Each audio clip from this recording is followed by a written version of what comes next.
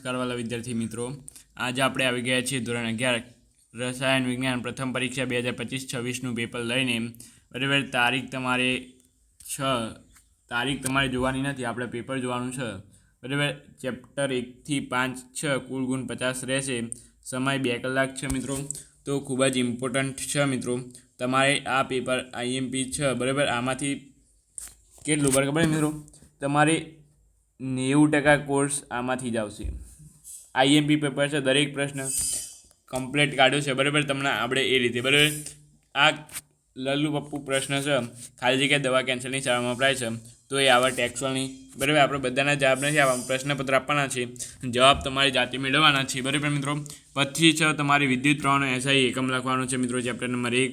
ખરું ખોટું તે ચકાસો. બરાબર, ત્યાર પછી તમારે છે સમભારિક અને સમસ્થાનિકો જુદા પાડો. ત્યાર પછી મિત્રો તમારે અહીં એક જોડકું મૂકી દીધેલું છે મિત્રો. આનો મિત્રો તમારે માર્ક્સ ધ્યાનમાં નથી લેવાનું. બરાબર, પરંતુ આવું જોડકું તમારે પૂછાય તો આવડવું જોઈએ મિત્રો, એટલું તમને ખબર હોવી જોઈએ.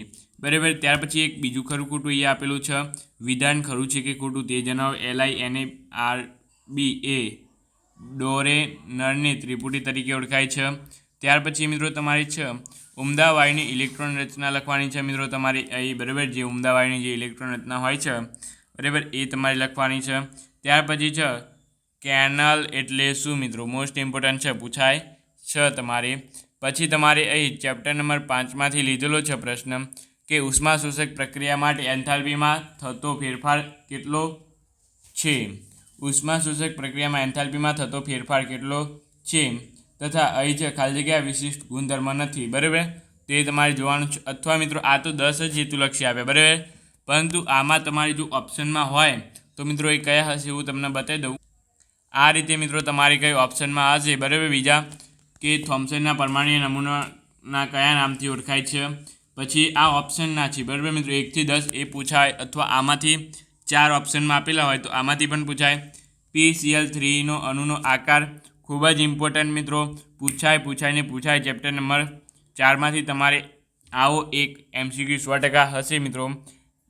પછી છે નીચેનામાંથી કયું બંધારણ CO2નું સંસ્પંદન સ્વરૂપ નથી. બરાબર, આવો પણ તમારે પૂછાઈ શકે. નાઇટ્રોજનનો પરમાણુ ક્રમાંક 7 છે અને નાઇટ્રોજન ત્રીજા સમૂહમાં મૂળનો તત્વ છે, તો પરમાણુ ક્રમાંક કેટલો હશે. નાઇટ્રોજનનો પરમાણુ ક્રમાંક 7 છે, નાઇટ્રોજનમાં ત્રીજા તત્વનો પરમાણુ ક્રમાંક કેટલો હશે, એ આવો પણ તમારે પૂછાઈ શકે. બરાબર, એટલે આ તમારે ખાસ કરીને ધ્યાનમાં રાખવાનું છે.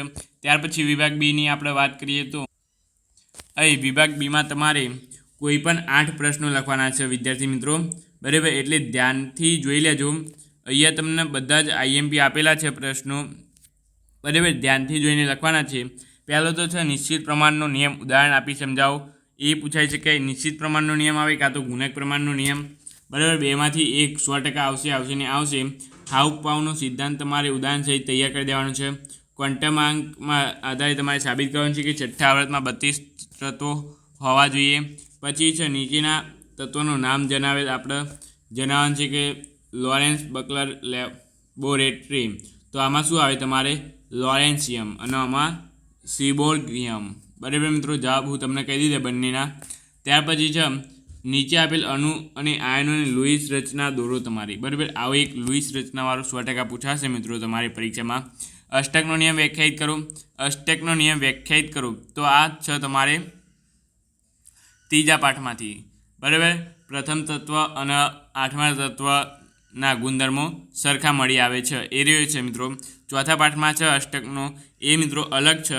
તમને આ રીતે તમને વ્યાખ્યાયિત કરો એમ પૂછાય તો તમારે આ લખવાનું, અને 3 કે 4 ગુણમાં પૂછાય મિત્રો તો તમારે ચોથા પાઠનો લખવાનો મોટો જે છે એ. બરાબર, અગત્યતા અને મર્યાદા તમારે પૂછાય તો એ અલગ છે, અને અષ્ટકનો નિયમ વ્યાખ્યાયિત કરો એ આખો અલગ છે. બરાબર મિત્રો, ત્યાર પછી છે તમારે આદર્શ વાયુ માટે CP અને CV વચ્ચેનો સંબંધ તારવો.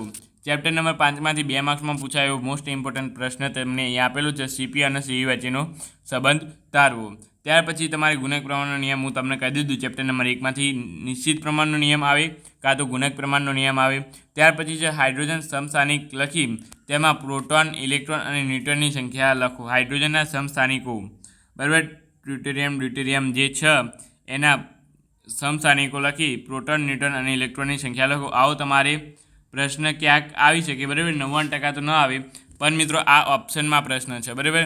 જોઈ શકો છો તમે આ 1, 2, 3, 4, 5, 6, 7 અને 8 8 જ પ્રશ્નો તમારે લખવાના છે. આ 3 ઓપ્શનમાં આપેલા છે મિત્રો. કેટલા? 3 પ્રશ્નો તમને ઓપ્શનમાં આપેલા છે.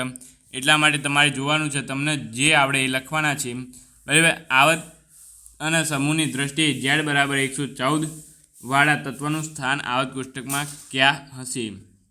મોસ્ટ ઇમ્પોર્ટન્ટ છે, સ્વાધ્યાયનો પ્રશ્ન છે આઈ થિંક, બરાબર. તમારે તૈયાર કરી લેવાનું છે, પૂછાશે.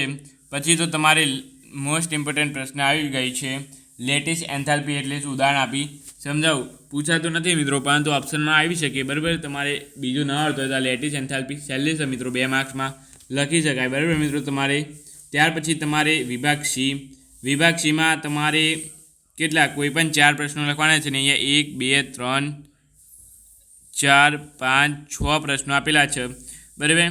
6માંથી કોઈ પણ 4 પ્રશ્નો તમારે લખવાના છે, બરાબર. એમાંથી હું તમને આપી દઉં VSEPR સિદ્ધાંતની અભિધારણાઓ, પી વિભાગના તત્વો, ડી વિભાગના. આ 2માંથી ગમે તે એક આવશે મિત્રો. આ 2માંથી ગમે તે એક આવશે. 2 માર્ક્સમાં પણ આવી શકે ને 3 માર્ક્સમાં પણ આવી શકે. અહીંયા 3 માર્ક્સમાં લીધેલો છે આપણે, કંઈ વાંધો નથી, બરાબર. આ 2માંથી 24-25માંથી એક આવશે. VSEPR સિદ્ધાંત તમારે 100% આવશે. ઓક્સિજન O2 એ પણ તમારે 100% આવવાનું છે મિત્રો. O2ની ઇલેક્ટ્રોન રચના, ચુંબકીય ગુણો, બંધ ક્રમાંક લેખો, બરાબર. એટલે પહેલો બીજો તો 100% આવશે. પછી આ 2માંથી મિત્રો તમારે અહીંયા મિત્રો આ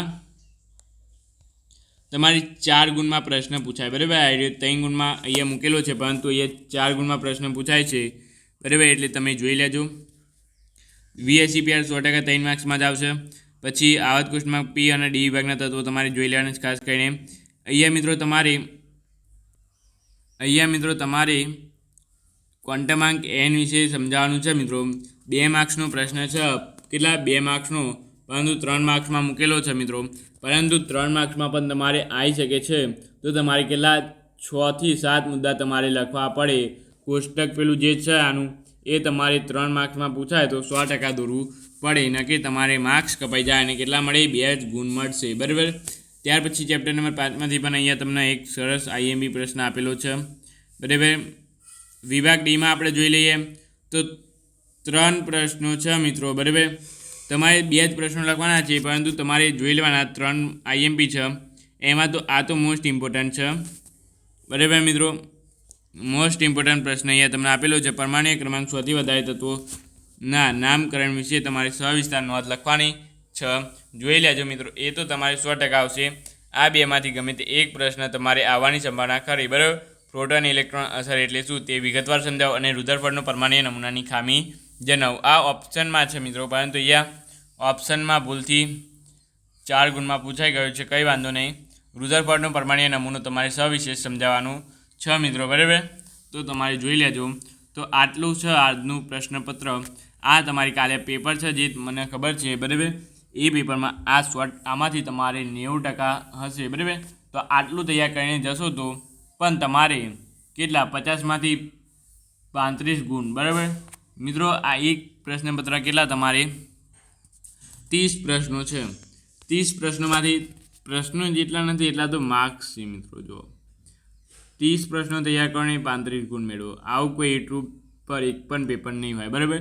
હું તમને કાલે તમારું પેપર આવે એટલે બતાવીશ આમાંથી કેટલા પ્રશ્નો છે અને કેટલા પ્રશ્નો નથી, બરાબર.